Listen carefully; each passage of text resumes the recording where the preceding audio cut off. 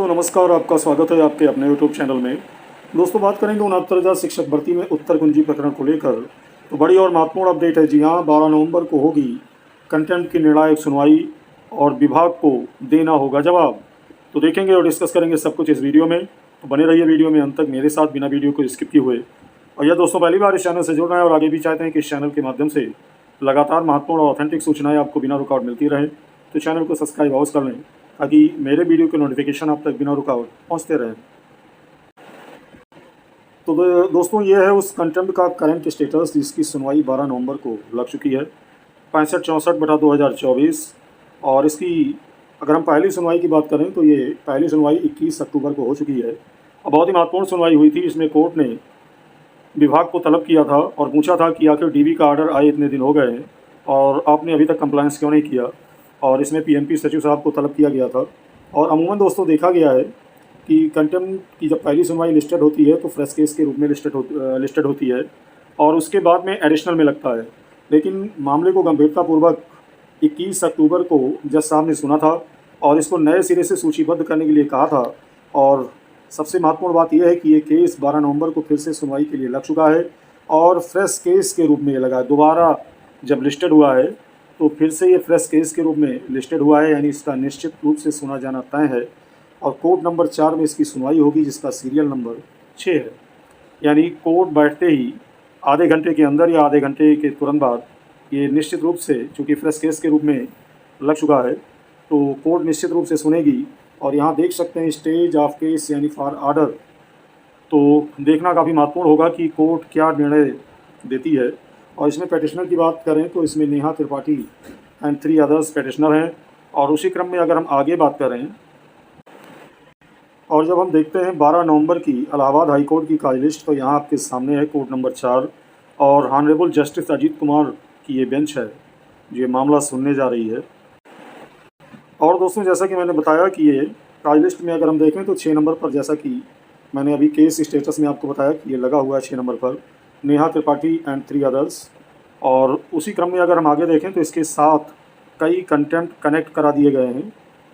यहाँ देख सकते हैं विकास तिवारी, विकास भार्गव। और उसी क्रम में आगे अगर हम चलें, कई कंटेंट यहाँ पर इसके साथ कनेक्ट हैं क्योंकि इसकी पिछली सुनवाई में काफ़ी उम्मीदें की जगी थी। तो अगर हम टोटल कंटेंट की संख्या देखें तो 45 से 50 कंटेंट इसमें कनेक्ट हैं और जिनकी सुनवाई 12 नवंबर को अब होनी है। और अगर हम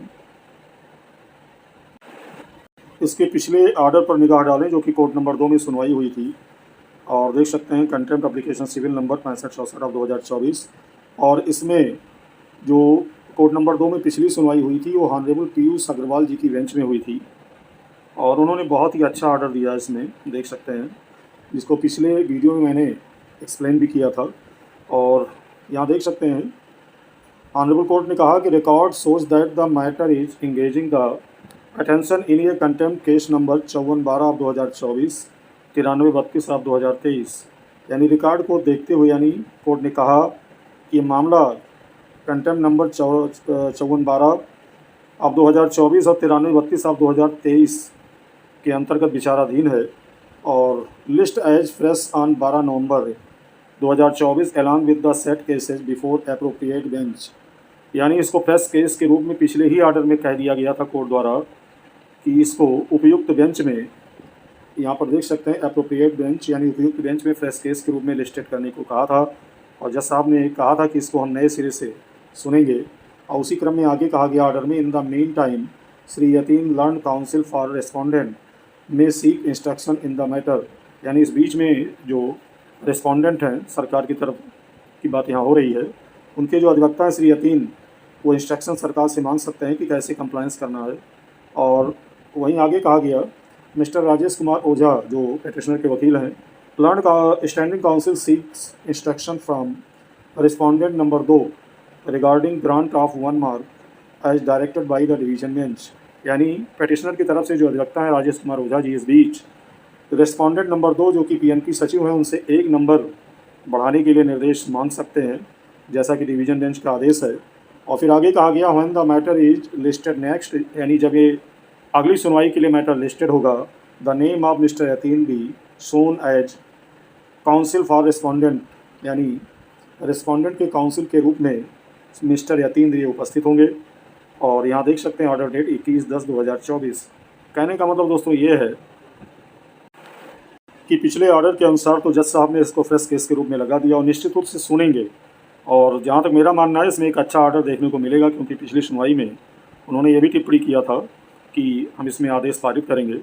तो निश्चित रूप से अब ये तय है कि जो जिन्होंने कंटेम्प्ट डाला है, जो अभ्यर्थी इसमें हैं और जो कनेक्ट हैं, जिनके कंटेम्प्ट इस लीडिंग कंटेम्प्ट के अंतर्गत, निश्चित रूप से उनके मार्क्स बढ़ेंगे और मे भी उनका रिजल्ट भी उस दिन विभाग प्रस्तुत कर सकता है। साथ ही साथ देखने वाली बात ये होगी कि कोर्ट अब पूर्णतया कंप्लायंस के लिए, चूँकि 12 नवंबर को सुप्रीम कोर्ट में भी महत्वपूर्ण सुनवाई लगी इस मामले की और 12 को इस कंटेम्प्ट की भी सुनवाई है, तो आगे कोर्ट को कोई आदेश वेट करने के बाद सुप्रीम कोर्ट के आदेश का ही पारित करेगी। लेकिन महत्वपूर्ण बात यह है कि अभ्यर्थियों के रिजल्ट निश्चित रूप से जो विभाग को निर्देशित किए गए हैं वो विभाग को प्रस्तुत करना होगा। तो जो भी होगा दोस्तों, आपको लगातार इस चैनल के माध्यम से सूचित किया जाता रहेगा। बने रहिए चैनल के साथ लेटेस्ट अपडेट के लिए। बहुत बहुत धन्यवाद।